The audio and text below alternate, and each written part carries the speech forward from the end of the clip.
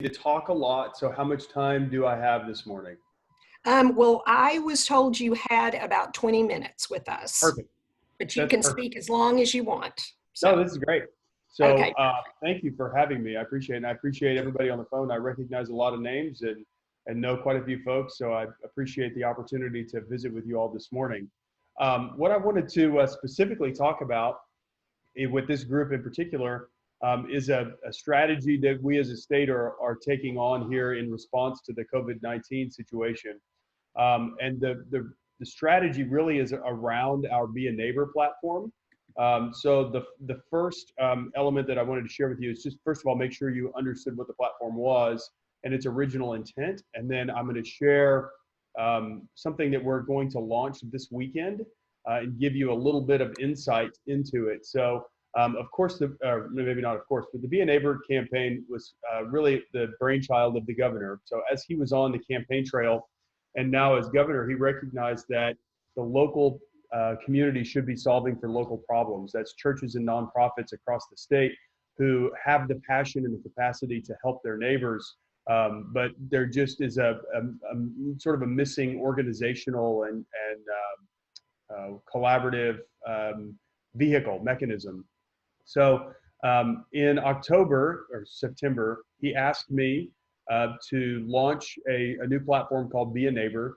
And so we picked up the ball and ran, and 12 weeks later, we launched this platform that was developed by Accenture and Salesforce. And the concept behind it is it really serves three different groups of people as of this minute today. We are opening up a fourth group of people over the weekend, which I'll talk about.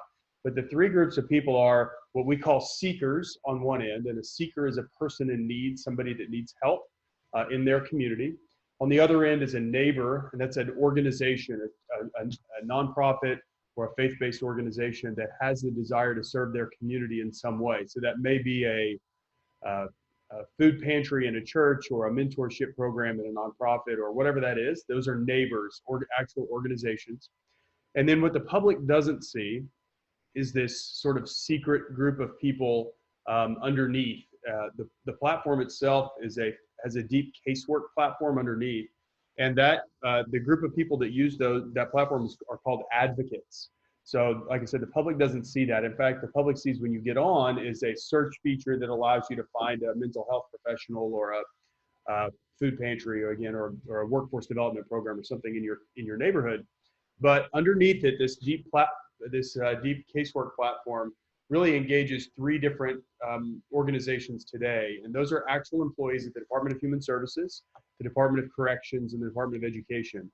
And it allows those groups of people, multiple thousand strong, to utilize the resources that the platform builds through the neighbors and really manages the futures of the people that they serve. So in our example with DHS, we have 636 permanency planning workers, and their jobs are to take the kids who are at risk of aging out of care. And of course, our intent is to provide a permanent home for them prior to them turning 18. So, but we do have a handful, we're about 170 now a year, who do age out of foster care without a permanent home.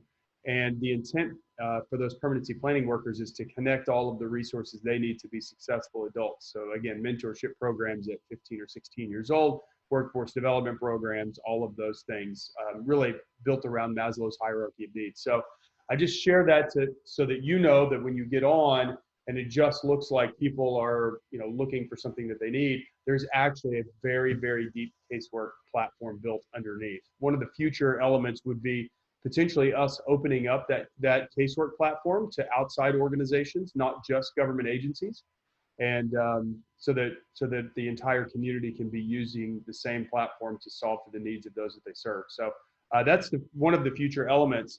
I also want to make sure to mention that the platform is a really deep collaboration with three other organizations.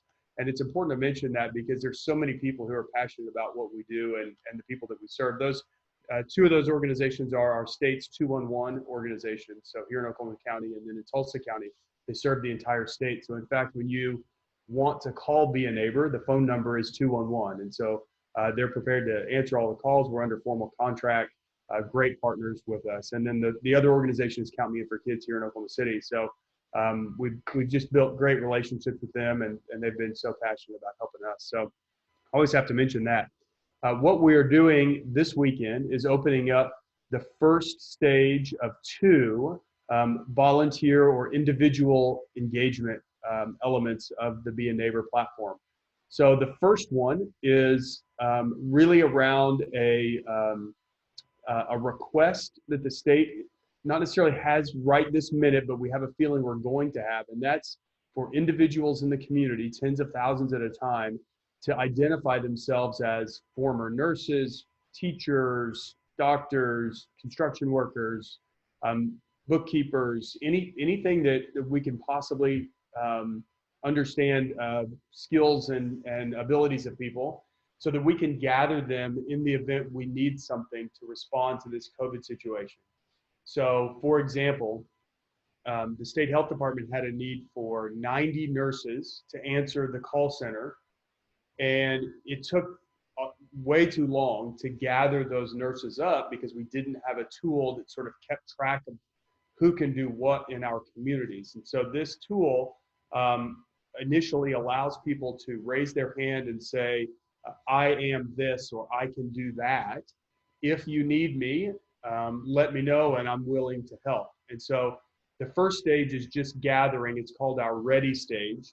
It is not time to leave your home and jump out and volunteer together. The way we help today is by staying at home.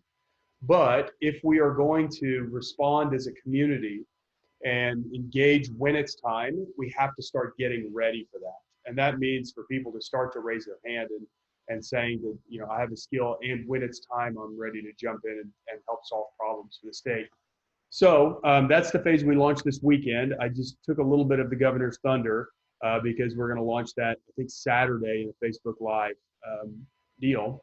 So don't tell them I told you, but that's happening this weekend. And it's also the launch of a sort of a full campaign called Ready, Help, Go. And again, it's a 3-phase campaign. The first phase is ready. Just let's just get ready for when it is safe for all of us to be able to jump in and really expand on that Oklahoma standard that we all know exists, that service to our community. And the next is the help stage, which we're not to yet, but that is beginning with here are a handful of ways to help from home. So the first is get ready. Let's organize volunteers. The second is let's start to help by doing things from home that we can do. Sometimes, again, that help is just staying home. Sometimes it's calling somebody who's part of a vulnerable population and just checking on them. Or, you know, maybe there's a point in which, you know, it makes sense to deliver a meal to somebody's doorstep. Or there are ways we can help now. So we're going to start organizing those as well in the not too distant future. And then the last phase, which is undefined as to when we start, is the go phase. And that is when the immediate health crisis is over.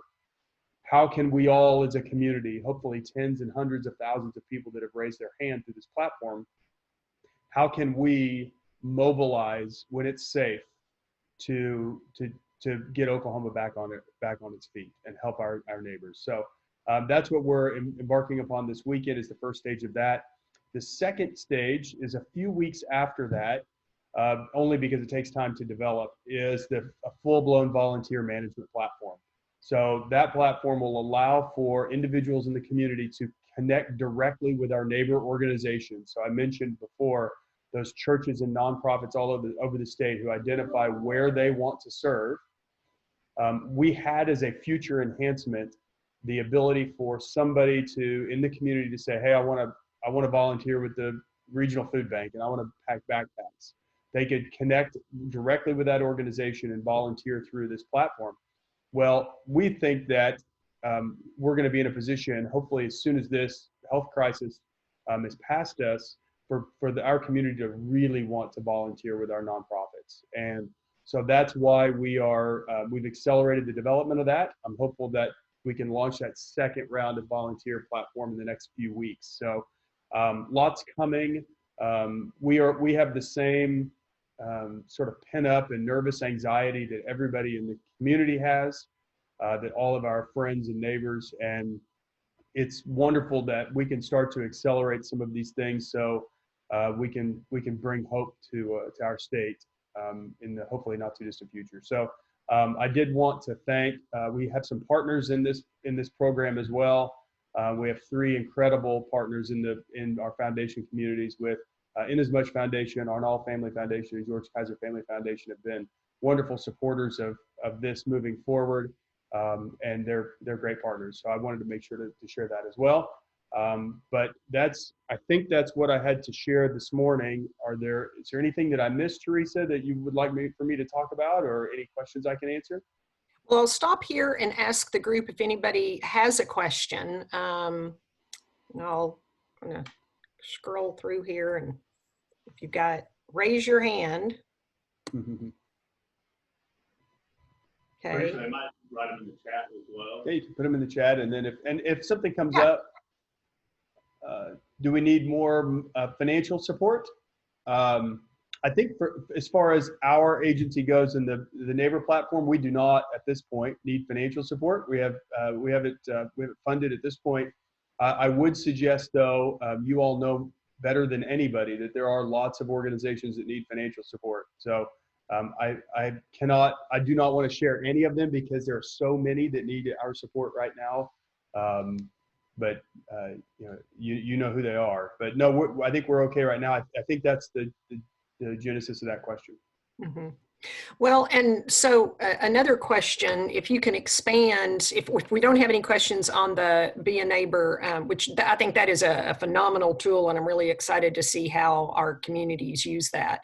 As an organization that works statewide, I think particularly in some of our other communities, that's going to be a really helpful and powerful tool. So thank you for all the work of putting that together. Can you give us a little bit of an update? Because I don't know if everybody in this group knows about your new title and all that is underneath that, and maybe give us a little bit of an update on some of on the health side of what you're now supposed to be in charge of. Yeah, so ultimately so I came into the Department of Human Services in June of 2019. So it's been, I don't know, 9 months ago. And it's been just an incredible, honestly, incredible ride. And I would love to share more of that when we have time and really talk about the eye-opening things that occurred for me, and the impressions that I had before I started, what I thought state employees were as an outsider. Now knowing what they really are, it's 180 degrees different than what I thought, and so honored to serve next to so many just incredible people. But in about 3 weeks ago, the governor appointed me also as the Cabinet Secretary for Human Services and Early Childhood Initiatives. So in that capacity, I'm still at the Department of Human Services as director of the agency, but I've also sort of elevated to help out and to collaborate with other agencies. So we have a few other larger agencies, but there are also probably 20 boards and commissions and other organizations that fall underneath that cabinet position. So those are the larger organizations would be the J.D. McCarty Center, Department of Rehabilitative Services, Commission on Children and Youth, Oklahoma Commission on Children and Youth, OCCY, OPSR, Oklahoma Partnership for School Readiness, Office of Juvenile Affairs. I think those are the big ones. Office of Disability Concerns. So those would be the 6 other large ones. Of course, the Department of Human Services is the largest agency in the state, is the largest of the cabinet agencies. But the thing that I was so excited about it is we've really, in the last 9 months, attempted to sort of change the narrative around this agency, but also change the culture. And the culture that we are working towards is one of deep collaboration and partnerships, and where we really reach out to the community and to those that we serve alongside our partners in the legislature and the foundation and nonprofit communities, and really bridge those gaps and understand where the issues are in the community so that we can serve together. And I think our workforce had that intent. I'm not sure that the agency had been open to true constructive criticism and collaboration. That is totally not the case any longer. And so now just this new position allows me the opportunity to break down barriers with other agencies, with other division or with other cabinets and within the administration. So I work very closely with the health. There is a health cabinet. Jerome Lawfridge is the cabinet secretary for health. So I work very closely with him. These agencies, you all should know, it will take a while for it to really be evident, but these agencies are working together like they never have before.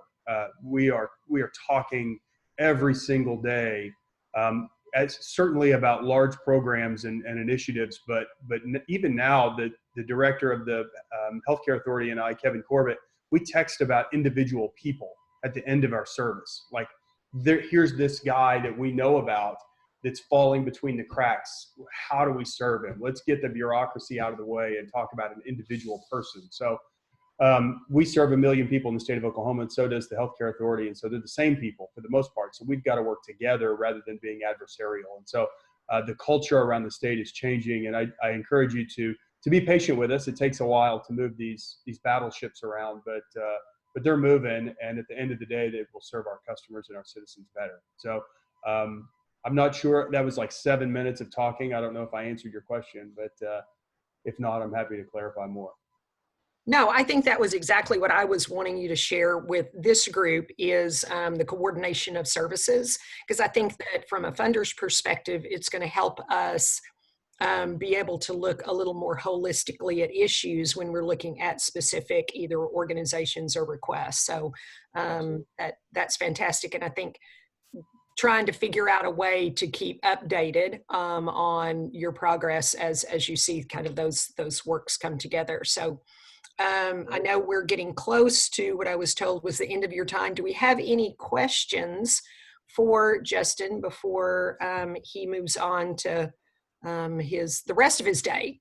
Yeah, this is the one I was looking forward to. So unfortunately, the rest of the day is not quite so fun. But, so keep you as long as we want. Yeah. I did just, I mean, if there are questions, that's great. I did just want to make sure before I walked away and had to move on to something else to express my sincere appreciation for you all, what you all do and your partnership. It's going to take all of us working together. If you are working or you hear something in the community that we need to know about, do not hesitate to reach out to us and let me know.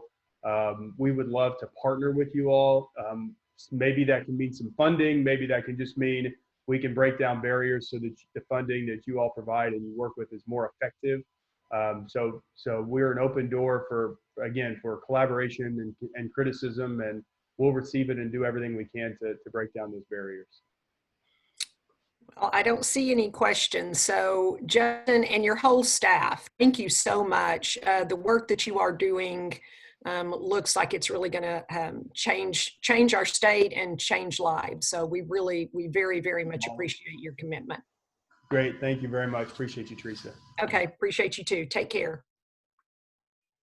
Okay. So I was so excited to hear what Justin and his team are working on, particularly in collaborating and pulling together some of those other organizations. I think as funders for years and years talked about the separation and the difficulty in finding the best and most efficient use of our funds. And I think they, from an organization perspective, are trying to address that. So really wanted you all to hear about that. So I guess now we will move on to Amber and to Deborah. And I want to thank Liz Eichmann, who brought this topic to us as we are talking about and thinking about what's happening medically from a health perspective in our state. The economic impact is across all parts of our nonprofit sector. And that most definitely affects the arts. Arts are critical to a robust and healthy society, and we've got a couple of organizations here that are focused on that. And so we thought we would ask Amber, who's with the Oklahoma Arts Council, and Deborah Center Allied Arts Oklahoma City, and to give us an update on what's happening with the arts community and how what their needs are and how they are working with that. And Liz, if you want to pop in at any time with any comments, I'd welcome that. Oops. Okay, so maybe start with Amber. Okay, well, thank you, Teresa and Liz. I also want to thank both of you for the invitation and the inclusion of arts, the arts sector in this meeting. I know Deborah and I are going to kind of tag team this and try to talk about our collective reach, because it takes both of us, both the public and the private sector, to try to support the arts and cultural nonprofits. So just to give you an idea about the Oklahoma Arts Council, I see a lot of friendly faces and know a lot of you on the call, but just if you aren't familiar with our agency, the Oklahoma Arts Council is an entity of state government, so we are the state agency for the arts. We annually grant more than 350 grants to more than 200 organizations and schools across the state in 70 unique communities. Currently, based on our fiscal year 19 reporting, 40% of our funding goes to rural Oklahoma and 60% is in urban. And our two pillars are really arts education for all school children statewide, and then arts access, making sure that individuals who are geographically isolated in rural communities still have access to high quality arts experiences as part of quality of life, as well as economic development strategies. So in order to give you kind of an update on the state of the arts and the sector as a whole, I really feel that more than ever, we are starting to understand as a state the essential need for the arts as part of our overall well-being and connectedness, given this isolation of the pandemic. 4 out of 5 individuals are currently working in isolation at home and are consuming the arts in all disciplines through virtual platforms in order to be nurtured, to teach creativity to their kids, and also to feel connected to one another and to a community at large. So besides the intrinsic value of the arts, we also know that the arts are a strong part of our economy statewide and is a huge job creator and employs more than 29,000 people. So the arts and cultural sector does make up a significant percentage of our workforce. These arts administrators and artists across all disciplines are those who are among the most likely to not have employer-based healthcare pre the pandemic. And they are also facing unprecedented loss of income due to widespread cancellation of events and contracts. So every artist and creative sector worker we know has to buy groceries, they have to care for their kids and their elders, they have to pay rent, they have to pay taxes, and they also have to, at the same time, they're trying to provide, outsized benefits to our civic and economic life, lifelong learning, and community well-being. So what we're seeing right now, even though we're in a pandemic already in crisis, these artists and arts organizations have really stepped up, adapting their work to virtual platforms, providing educational opportunities for kids at home, arts education access, and they're also trying to discover creative ways to engage our elders from a safe distance. And what is the Oklahoma Arts Council doing? We are looking for ways to be responsive in the pandemic in form of our grant making, which I'll talk about here in a minute. And then we're also trying to find and collaborate to find financial relief to artists and innovative ways to keep artists and arts organization administrators employed through this pandemic and keep these nonprofits afloat. Because as Deborah is going to speak about the private sector, they're not only getting hit by public loss of funds and cancellations, but they're also getting hit by the fact that the private sector is also in economic crisis. So from a state standpoint, the first thing that we did as a state is we tried to spearhead and fast track grantee flexibility. We worked with the Attorney General's office, as well as the National Endowment for the Arts, which is our federal funding agency, where we get about 17% of our funding comes from the feds, to seek counsel on what was our agency's ability to revise our grant criteria in response to the pandemic, to be more responsive and give more flexibility if they were canceling or postponing events. So last Friday, I had an emergency meeting of my executive committee where we fast-tracked through revised criteria that provides more flexibility for our grantees to be responsive in this space and to try to get more money into the hands of arts and these arts administrators to keep their administrative costs covered. We had our first town hall meeting last Friday with 38 of our backbone arts nonprofits that are statewide. These are our largest or our most essential organizations.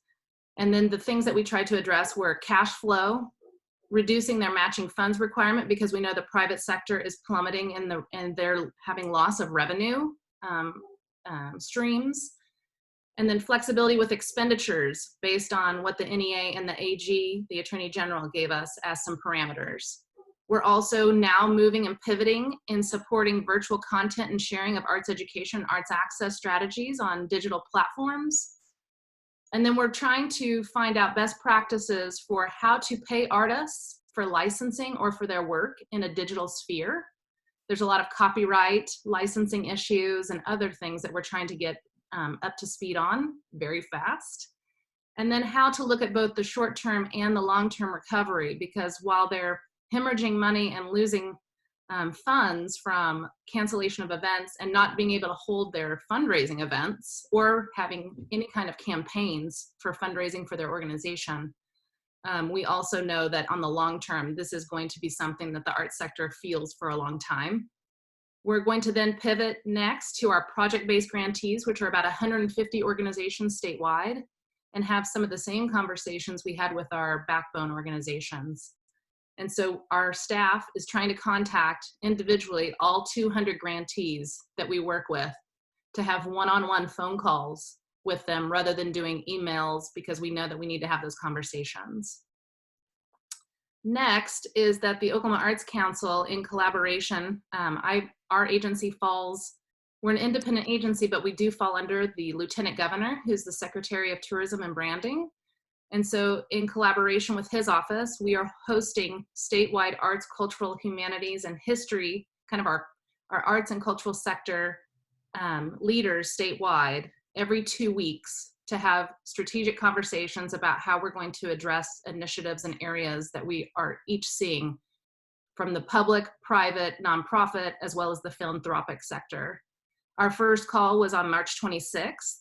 And then we've created some working groups, one of which is going to be a marketing communication strategy, excuse me, because we're finding that there's an onslaught of information distribution to these nonprofits, which we're thankful that this information is getting out, but it's overwhelming to some of these small to mid-sized organizations can't handle how to process a lot of this. So we're trying to be more deliberate and more strategic in that space. So there are about 20 leaders in this conversation, and I welcome anyone from this sector if you would like to talk. Liz is kind of spearheading some of the philanthropic conversations. The next is in those conversations from statewide leaders, as well as Central Oklahoma, which Deborah is spearheading. There have been conversations about how can the Oklahoma Arts Council, as the state agency, leverage the need for funding in this space because of the pandemic with our arts and arts organizations. So we are trying to have some conversations with some political strategists and our Oklahomans for the Arts, the state arts advocacy organization, to think about how can we work within that space. In addition, we had a phone call yesterday with Secretary of Finance, Secretary Mazie, who gave an update to agencies yesterday just about the shortfall for fiscal year 2020, our current fiscal year. There is already, based on the economy, a $219 million shortfall for this year alone.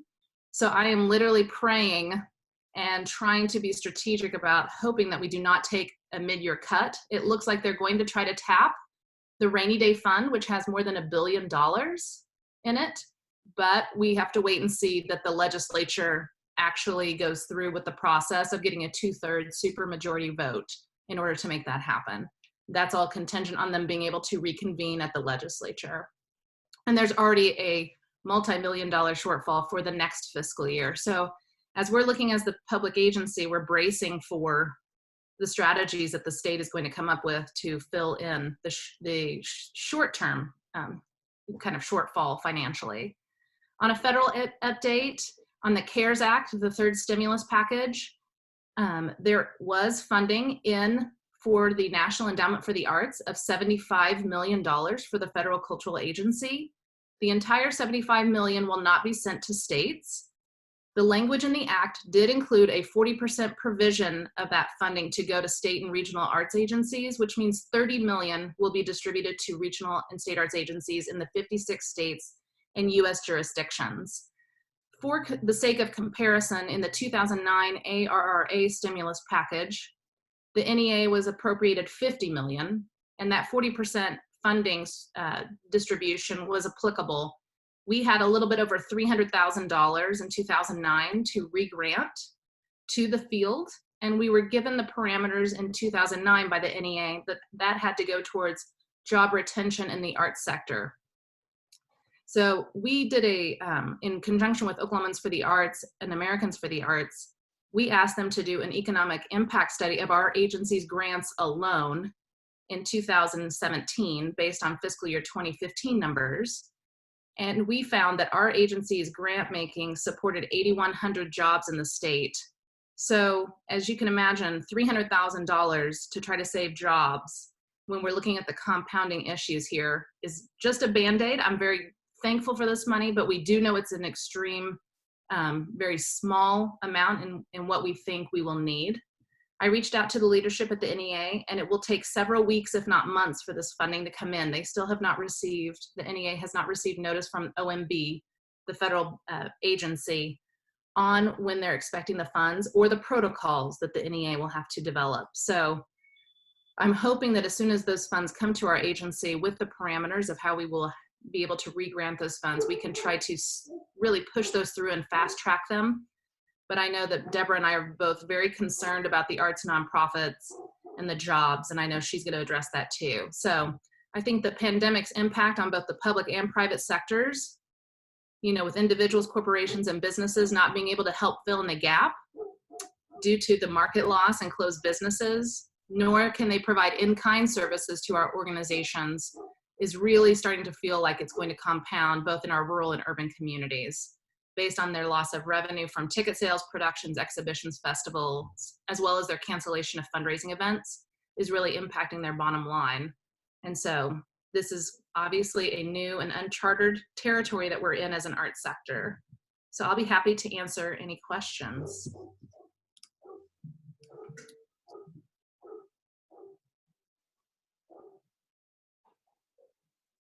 Yes, I see the question from Anne. It appears that there'll be potentially state revenue failures that would require cuts to agency budgets in the final quarter. What Secretary Mazie said is that the proposal that they're going to take to the legislature is that they're going to ask them to vote to go ahead and tap into the rainy day fund for the maximum of the $219 million. So I'm just literally praying that that goes through, and that at this point, if that is expedited, we will not have to see a cut. However, if there's any kind of philosophical challenge to that, which a lot of times there's a philosophical challenge about tapping into the rainy day fund, and it needs a supermajority of 2/3 vote of the legislature, then yes, we may have to go back and actually cut funding to our grantees, as they've already taken compounding hits during this period. And I'm extremely concerned. I've already heard rumblings, and I know Deborah can really speak to this too, about individuals and artists already losing their jobs. So I think it's going to have a compounding effect if that is the case, but I'm hopeful that maybe we don't have to deal with that until 2021. And I'm hoping that if everyone can speak through your channels about the importance of, if there was ever a time to use the rainy day fund, to me, a pandemic seems like it is the appropriate tool to save people's livelihoods. Okay, Amber, thank you so much. Thank you. Deborah, want to take it from there? Sure. Thank you so much, Teresa and Liz, for inviting us. And I do feel real fortunate to have a colleague such as Amber too, because while she represents totally the public dollars, we work incredibly well together, and people all over the country talk about, wow, you guys actually know each other and work together. They're always surprised by that, but I think it's part of that Oklahoma standard too. So appreciative for all of you taking time to listen, because it has been, rather sombering, that our agencies have gone through and reported. I will say that immediately And I'll give a quick overview first of Allied Arts for those not as familiar. Certainly I see several of you who are champions. But I wanted you to know Allied Arts has certainly grown. We are now funding over 40 arts organizations each year, which are sending programs to hundreds of schools. And we are sending funding for programming to all 77 counties. So all 77 counties are touched by 4 or more Allied Arts member agencies. Our agencies are all located in central Oklahoma. So our focus has been on those groups. And we typically, we have grown to raise approximately $3.5 million a year in our campaign. So I will tell you from the very beginning that certainly one of my greatest concerns has been the timing and where we were in our campaign. We have leadership with Mark and Julie Beffert that were leading the campaign this year. And on March 12th, we were trending very much ahead, about $200,000 ahead of where we normally are on that date at that time. And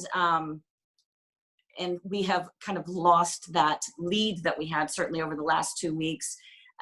We are currently at 2.2 as of yesterday, and we are fairly certain that we're not going to reach our goal. We have silenced the campaign right now, except doing some very much face-to-face talks with our funders and some of our big corporates to make sure that we can still bring in some of those dollars that not had come in at that time. But certainly one of the great ways that we raise money is through the workplaces in central Oklahoma and through 130 workplaces. That's about 24%, 23 or 24% of our campaign every year. So those workplaces came to a screeching halt about 2 weeks ago. But we were adaptable and we were creative and resourceful, and we immediately videotaped 4 different versions of our people who conduct the workplace presentations so that we could still reach employees. But it's not as, certainly not the desired way, not as effective as having Shannon in person and having the campaigns in those companies where we are actually educating the employees and letting them know all of the great things that are available. And then right now is just not the time to do that. Also, some of our great partners, we were able to open completely OU Med this year. And certainly now is not the time for us to be approaching, OU Med, even though all the groundwork has been laid for launching a huge campaign there. St. Anthony, same way. We are being very respectful of these donors and just not approaching those at this time. But it will greatly impact the overall Allied Arts campaign, which for those 40 for our 25 member agencies, we supply anywhere from 8 to 24% of overall budgets. With the exception of the National Cowboy, who came in later as a member. But certainly the first thing that we have been doing is to try to communicate constantly with our constituents. We created a communications plan with items for all constituents. First, we were talking with our member agencies. We held a member agency council meeting, an unscheduled one, for all of our groups to be able to get together. We shared with them some of the important information that they needed just to respond and to be ready. So the preparedness side, education for some of them. Many of them were not ready to work remote, and Allied Arts had gone to a remote and an emergency plan January 1. We had completed ours and encouraged our agencies to do that. And so we were immediately trying to help many of them just go to remote status. In addition, we had this agency council meeting where each agency had 2 minutes where they were able to share what they were going through. While the news was very somber for each one of them, again, I think it speaks volumes that there was camaraderie, there was solidarity, and there was comfort for those groups knowing that all of their comrades in the art were going through similar things. So we have tried to reach out to those agencies. We have done it individually, we've done it in groups, we've done through brief survey forms to kind of figure out what their immediate needs are. And our board chair called each one of them individually. We, in the open groups, gave them time to talk, but then also said for those needing immediate emergency one-on-one meetings, we began setting those as well. We did lift some of the restrictions on the granting side, allowing them the money that we had designated for some of the educational programs as well as for capacity building. They were able to reclassify for operations for this last cycle. Also, our groups receive quarterly allocations, and they are due to get those mid-April. And so we expedited those and we sent those out yesterday for some of them that are in dire situations. So I think relaxing those stipulations has helped them quite a bit, but certainly each and every one of our organizations is worried about the long-term effects. One of the other things that we have done is to serve as the lead liaison for Americans for the Arts in trying to collect data and trying to be able to report to you, many of our funders, the impact. And so I have literally been calling one-on-one, trying to walk people through. It's a fairly simple process.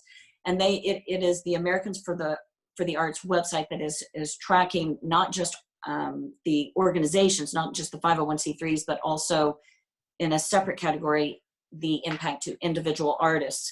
So we have been reaching out on every single platform that we have to try to lead organizations to go fill that out. And right now we have 154 organizations that have responded, and they are only reporting their financial impact to date, and then they get on and they update it as they have additional expenses or losses. So to date, it was $978,345. So that's Oklahoma, and then I am able to extrapolate and be able to go by zip code or by county.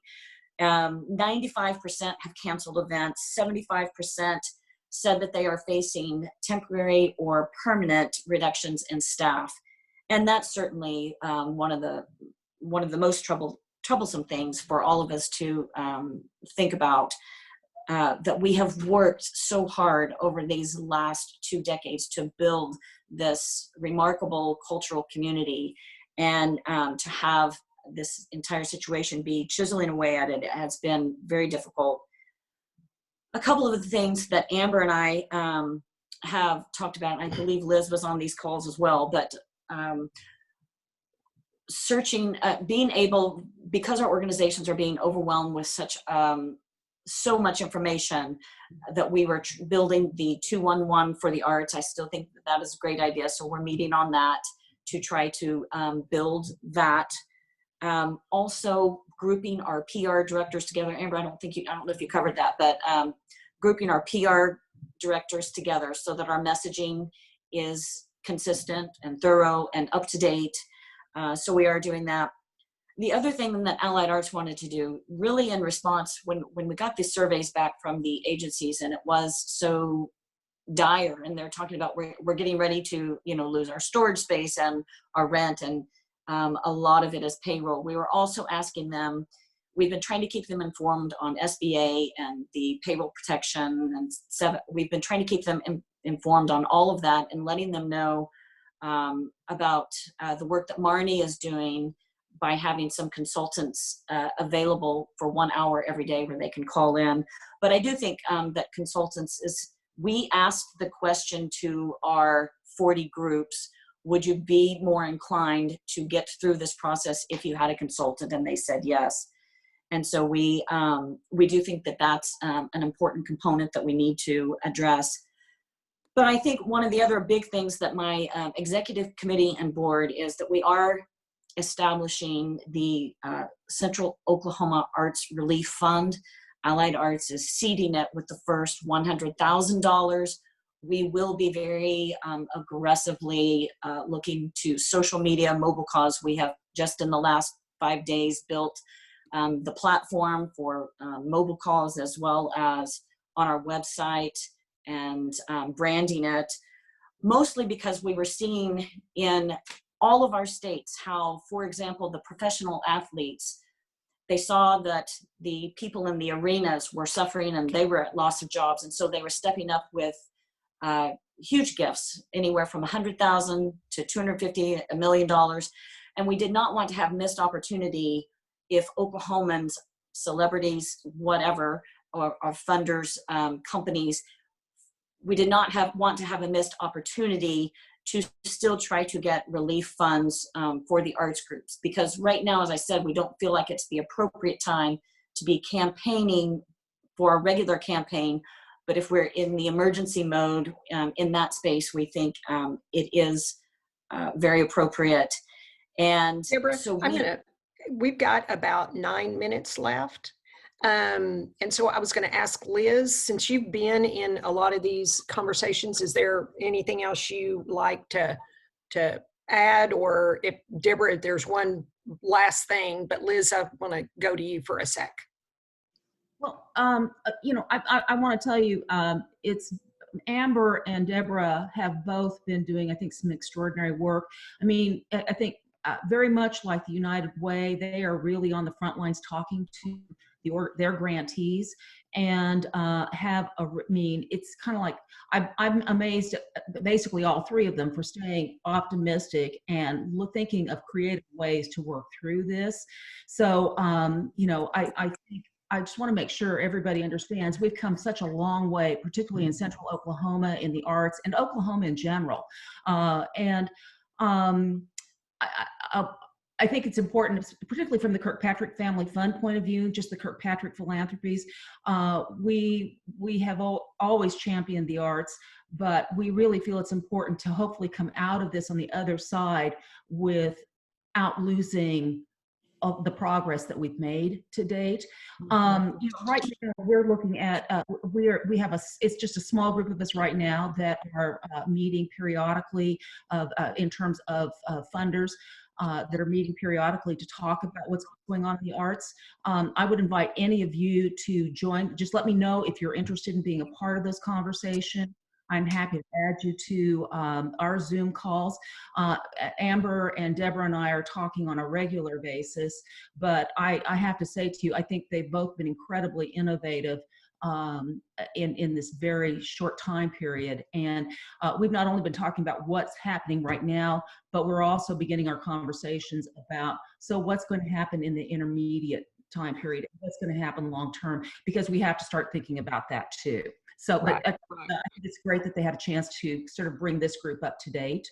Right. Yeah. Thank you. And I think we might, maybe I'm the only one, but I think it might be interesting, and I'll ask the group to let me know if you also, but I think as you are working with Amber and Deborah and they are working with their, you know, specific groups, what are some of those lessons learned and more, you know, kind of your efficiencies and what have you learned? How are you going to, you know, create that very strategic, efficient working forward, you know, thinking back on Justin's presentation, you know, then figuring out how to bring together a lot of those, which historically have been disparate, separate organizations to streamline and create efficiencies, but still get the best work out there. So don't know if that's part of, and it sounds like that's part of what y'all's conversations are. So I think that would be interesting to hear moving forward. So do we have any questions? And I'll tell you, here we go. Oh, no, that was just somebody had a question and it got answered. So anything else? Deborah, did you have like 1 minute? No, did you cover most? I was actually at the very end of mine. All I wanted to be clear about on the Central Oklahoma Arts Relief Fund. It actually goes public tomorrow. However, it's been official. It's been voted on by our executive committee and our board, but it has not been released to the press until tomorrow. So I just wanted to mention that. Oh, okay. Thank you for letting us know that. Fantastic. Okay. Well, Deborah and Amber, thank you so much for taking time to visit with this group this morning. And we'll kind of let you kind of go on to your day. We've got a little bit of business to talk about with the Central Oklahoma Roundtable. But thank you so much for. Thank you all so much. I appreciate your time. Yes. Thank you. Thank you. So I wanted to let you all know, there's been a conversation, just a couple of people have brought to my attention, or we've been trying to figure out how do we stay connected and informed about the different, particularly emergency grants that are being made related to the COVID-19 situation. So what I have asked my group to do is put together, and it's not pretty, it's not fancy, but just a shared document that I will send. We're going to finish it up today and send out to everybody in the Funders Roundtable.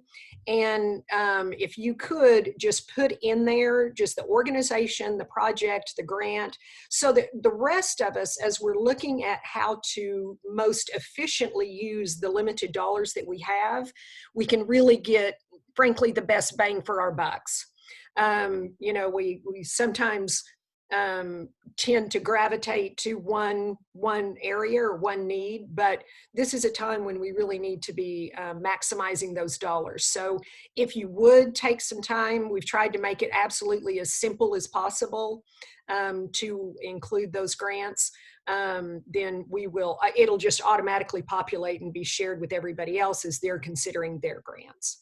Also looking at another platform, another software component of the software that we use that can help share what the needs that we're seeing and the grants that we're seeing. So it could be that Christina receives a grant for something that they are only able to partially fund or not fund, but it might be that Liz would be really interested in it. And so helping kind of streamline for our organizations, but also create maximum efficiency with the limited dollars that we have. So I'll probably next week be talking a little bit more about that.